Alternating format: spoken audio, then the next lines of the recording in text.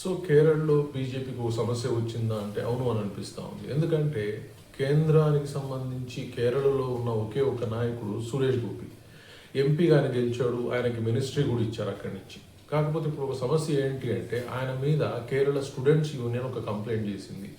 మా ఎంపీ గారు కనిపించడం లేదు, లేదా మా మంత్రి గారు కనిపించడం లేదు, మా ప్రజా సమస్యలు వినడానికి ఆయన ఎక్కడ కూడా 2-3 నెలల నుంచి మా త్రిశూర్ నియోజకవర్గానికి రావటం లేదు.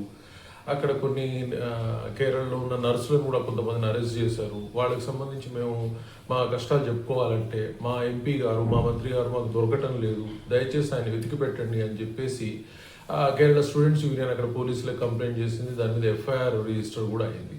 సో ఓవరాల్గా ఇది మా ఎంపీ గారు కనిపించడం లేదు అనడం కంటే కూడా దేశవ్యాప్తంగా ఎమ్మెల్యేలు కావచ్చు, ఎంపీలు కావచ్చు పని చేయటం లేదు అని చెప్పేసి కంప్లైంట్ ఇస్తే బాగుండేదేమో.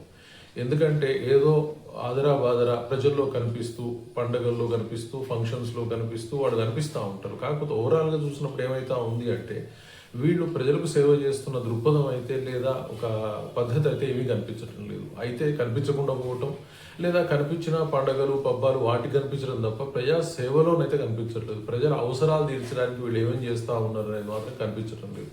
సో ఓవరాల్ ఎలక్షన్లప్పుడు మాత్రం మళ్ళీ పొర్రుడు దండాలు పెట్టడం, ఓట్లు వేయించుకోవటం మినహా వీళ్ళు చేస్తుంది లేదు. ఇదే ఈరోజు కేరళ స్టూడెంట్ యూనియన్ ఓ విధంగా కంప్లైంట్ చేసింది సురేష్ గోపి మీద అనుకోవాలి. సో మరి రాజకీయ నాయకులు ఏ విధంగా స్పందిస్తారో వేచి చూడాల్సిన అవసరం ఉంది. Thank you very much.